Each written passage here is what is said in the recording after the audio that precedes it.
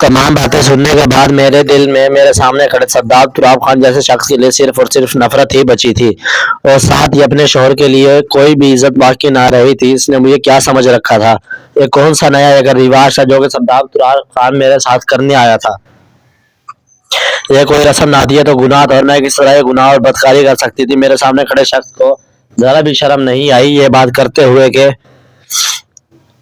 ये शख्स मुझे जिना की रस्म निभाने आया था? एक बहुत बड़ा गुनाह था। जो शख्स मेरे पाक दामनी चेक करने आया था, मेरा कवारापन चेक करना चाहता है। सब बातें मेरे ससुर के मुंह से सुनकर मेरी नजरें शर्म से झुक गई थी। एक नामर्द शख्स इस तरह से मुझे ये बात कह सकता था? ये एक बहुत बड़ी बेशर्मी की बात थी जो मैं भी कभी भी बर्दाश्त नहीं कर सकती थी। मेरा खून मेरी रगों में खोलने लगा था। मैंने कहा कि मैं अपने किरदार की गवाही अपने शोहर के अलावा किसी दूसरे को नहीं देती और ना ही कभी दूंगी, और अगर आप लोगों का यही तरीका है तो मुझे नहीं रखना ऐसा कोई भी रिश्ता जो मेरे दामन को दागदार कर दे। ये कहकर मैं तेजी से कदम उठाते हुए अपने कमरे के दरवाजे से की तरफ है। जैसे ही मैंने दरवाजा खोला तो बहुत से लोग बाहर मौजूद थे। इनमें से एक नौजवान भी था जो मुझे दुल्हन के लिबास में यूं बाहर आता देखकर सबसे पहले मेरी जानिब बढ़ा और कहने लगा, तुम यूं कमरे से बाहर क्यों आई हो? मैंने गुस्से से जवाब दिया, तुम कौन होते हो मुझसे ये बात कहने वाले? मेरे इस बात पर उसने मुझे हैरत से देखा और कहने लगा, मैं उमैर हूँ, तुम्हारा शोहर। मैंने अब कोई शख्स को देखा था जिसके साथ मेरा निकाह हुआ था। इसे देखकर मेरा गुस्सा मजीद बढ़ गया। मैं सोचने लगी कि एक ऐसा बेगैरत शख्स है जिसने अपनी बीवी अपनी इज्जत के कमरे में अपना दादा को एक घटिया रस्म निभाने के लिए भेज दिया। इस वक्त मैं इस कदर पागल होने लगी थी कि मैंने इसका गिरबान पकड़ लिया और मैंने कहा, अगर मुझे पता था कि मेरा निकाह तुम जैसे बेगैरत शख्स से होने वाला तो मैं वहीं पर इनकार कर देती और किसी कीमत पर भी तुमसे शादी ना करती। ये बात मैंने चिल्ला कर कही तो मेरी सास और दूसरी खवातीन भी मेरे पास आ गई। जो वो शख्स मुझे हैरत से भरी आंखों से देख रहा था। इतनी देर में सद्दाम तुराब खान भी कमरे से बाहर निकल आया और गुस्से की हालत में था। उमैर ने मेरे हाथों से अपना गिरबान छुड़वाया। मेरे सास ने मुझसे ये कहा कि ये क्या बदतमीजी है? मैंने कहा कि आप बदतमीजी ये नहीं है, बदतमीजी वो है जो आपने करने के लिए इस बूढ़े को मेरे कमरे में भेज दिया था। ये कहना था कि उमैर ने एक जोरा थप्पड़ मेरे मुंह पर मारा और कहने लगी, कमजोर फौरा शायद तू अपनी औकात भूल गई है। तू एक मामूली से कुछ किसान की बेटी है। तू जैसे मेरे दादा ने सर का ताज बनाना चाहा सरदार खानदान की बहू बनाया, वरना किसी गरीब किसान की बीवी होती और 2 वक्त की सूखी रोटी के लिए भी तरस रही होती। उमैर की आंखों में भी अपनी दौलत के घमंड का नशा था। मैंने कहा कि मैं इस वक्त अपने आप को खुश नसीब समझती। कम अज कम वो किसान मुझे इज्जत की रोटी खिलाता, चाहे वो सूखी ही क्यों ना होती। तुम्हारी तरह बगैरत तो बिल्कुल नहीं होता कि अपनी ही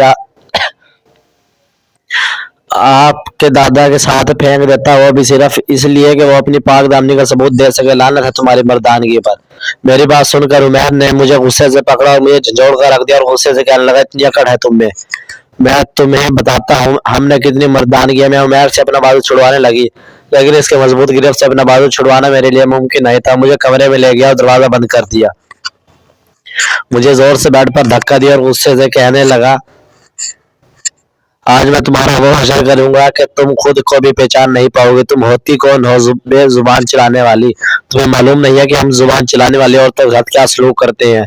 इसने मेरा मुंह अपने हाथ से दबोच कर मुझे पहले अजियत दी थी और फिर जोर से आवाज देकर अपने दादा तुराब खान को बुलाया। वो कुछ ही देर में कमरे में आ गया। मैं कहने लगा, इस लड़के का वो अशर करे कि अपने आप को पहचान न सके, और आज इसने हमारी रवायत के खिलाफ आवाज उठाई तो कल को और भी बहुत सी लड़कियां ऐसा करेंगी, और बेहतर है हम आज ही इसका मुंह बंद कर देते हैं। इस पर तुराब खान ने कहा, तुम अपना मामला संभालो, मैं खुद इसे देख लूंगा। अपने दादा की आवाज सुनकर उमैर कमरे से बाहर चला गया और मैं भी उठकर खड़ी हो गई। मैंने कहा, मुझे अपने घर वापस जाना है। ऐसा कोई भी रिश्ता शुरू नहीं करना चाहिए जिसकी इब्तिदा गुनाह से हो। लेकिन सरदार तुराब खान ने मेरे साथ वहशीना सलूक शुरू कर दिया और मुझे मारने पीटने लगा। इसने बेदर्दी से मेरा दुपट्टा मेरे सर से उतारा था, मेरे हाथों को दबोच कर मेरी चूड़ियों को तोड़ डाला था और टूटे हुए कई चूड़ियां मेरे हाथ में बेबस हो चुकी थी। मेरा बाजू बुरी तरह से जख्मी हो चुका था।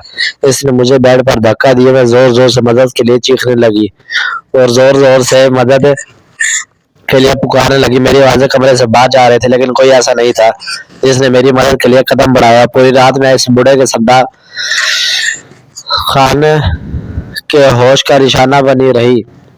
सुबह वो शख्स मेरे कमरे से जा चुका था, लेकिन मेरी आजमाइश का सिलसिला भी खत्म नहीं हुआ था। उसके बाद मेरे कमरे में उमैर आ गया।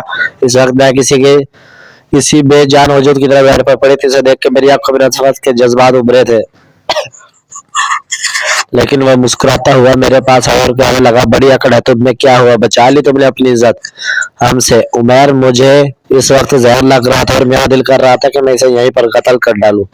मेरी बेबसी का मजाक उड़ाकर वो खुद को मत कह रहा था और बेगैरतों की तरह कहने लगा, मुबारक हो, तो मेरे दादा ने मुझे तुम्हारी पाकदामनी का सबूत दे दिया। अगर यही बात रात को आराम से मान जाती तो इतना हंगामा ना होता और ना ही तुम्हारे साथ ये रवैया रखा जाता, लेकिन चूंकि तुमने इस इम्तिहान में पास हो गई हो, इसलिए अब मुझे तुम्हारे साथ जिंदगी गुजारने में कोई मुश्किल पेश नहीं आएगी। इससे पहले कि वो मेरे पास आता, मैंने कहा, मुझे नफरत है तुमसे, सरदार तुराब खान, और तुम्हारे इस घटिया रस्म रिवाज से तुम लोगों ने मेरी इज्जत को तो बर्बाद कर ही दिया, लेकिन फिर भी तुम लोगों के घर कभी जिंदगी गुजारना नहीं चाहूंगी। मेरा ये कहना था कि मेरे गुस्से से मेरे पास आया, मेरे बाल खींच कर कहने लगा, तुम यहाँ आई हो तो अपनी रजामंदी से, लेकिन तुम्हारे वापसी का कोई रास्ता नहीं है। अगर तुमने बाहर जाकर सरदार तुराब या हमारे बारे में कुछ भी बेहूदगी करने की कोशिश की या किसी को बताने की कोशिश की, तो याद रखना तुम्हारी लाश भी कोई ढूंढ नहीं पाएगा। मैं सोच चुकी थी कि गुनाह और रुसवाई की जिंदगी नहीं गुजारूंगी। वो मेरे कमरे में बंद करके जा चुका था। 2 दिन मुझे खाने को किसी ने नहीं पूछा था और यहाँ तक कि किसी ने पानी भी ना पूछा था। मैं इस कमरे में मैंने भूखी प्यासी कोने में बैठी हुई थी और अपने लिए मौत मांग रहे थे। मुझे नहीं जीनी थी ऐसी जिंदगी। जो 2 दिन बाद मेरी सास कमरे में मेरे लिए खाना लेकर आई, मेरी तरफ हकार से देखते हुए बोली, 2 दिन भूखा रहकर तेरी अकल ठिकाने आ गई होगी, ये खा ले और अब घर का काम काज कर, तू नवाबजादी नहीं है, तुझे पलंग पर बिठाकर नहीं खिलाएंगे। जो तुझे पलंग पर बिठाकर हम खिलाएंगे एक मामूली से किसान की बेटी है और कम कमीन जात से आई है। तो वो गुस्से से बोली, वो तो सरदार तुराब खान की नज़र तुम पर पड़ गई और तुम इसे उन्हें भाग गई और इन्होंने तेरा निकाह उमैर से कर दिया, वरना तुझे जैसी कमीन और कम जात लड़कियों को तो हम सिर्फ अपने घर में मुलाजिम में रखते हैं, इस घर में इंसान नहीं बसते थे। कुछ बेहिस लोग थे जिनके सीनों में दिल नहीं था। इनको सिर्फ अपनी दौलत का घमंड था और इतनी हकारत और बेहिसी जैसे दुनिया में ही खुदा हो। मैंने कुछ नहीं कहा और खाने की प्लेट पीछे कर दिए देख कर मेरे साथ कहने लगी, रस्सी जल गई लेकिन बल नहीं गया। अरे तुम में इतनी भी क्या अकड़ है, खा ले खाना, वरना जब रात को सरदार तुराब खान तेरे कमरे में आएगा तो इस पर रहम नहीं खाएगा। मैंने कहा, मैं कमी नहीं सही, लेकिन गैरतमंद बाप की बेटी हूँ।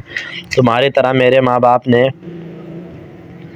बेगैरतों को पैदा नहीं किया कि औरत की इज्जत भी ना करना जानती है और रस्म रिवाज के नाम पर गुनाह कबीरा करती हैं। खुदा करे कि सरदार तुराब खान को मौत आ जाए, उसकी लाश को कुत्ते नोच नोच कर खाएं और अपने लिए मौत मांगती रही, लेकिन इसे मौत नसीब ना हो। मेरे इस तरह की जुबान देखकर मेरे साथ गुस्से से आंखें फाड़ने लगी और साथ आई मुलाजमा से कहने लगी, उठा ले ये खाने के बर्तन। इस कमीनी की औकात नहीं है कि इससे खुश खाने पीने को दिया जाए, उसको तो सरदार तुराब खान ही ठीक करेगा। इसकी ये बात सुनकर मुझे और भी गुस्सा आ गया। मैंने कहा, वो कमीना कमज़ोर इंसान सिर्फ गुनाह ही कर सकता है। अरे अगर वो मर्द है तो मुझे आज़ाद करे और जाकर किसी मर्द से मुकाबला करे। कमज़ोर और तबज़ुलम करके इसको मर्दानी के नाम देते हैं, और तो मर्दानी की नहीं, मैं किसी भरी हुई शेरनी की तरह चिंगाड़ कर कह रहे थे। मेरे अंदर गुस्से और नफरत का ऐसा तूफान उठ ठाठे मार रहा था कि मेरा बस चलता तो मैं सब कुछ बहस नहीं तहस कर के रख देती। खुदारा ऐसी रसूमात को ख़त्म कर दे जिनका शरीयत से कोई ताल्लुक़ नहीं और अपना काम काज रस्म के नाम पर ना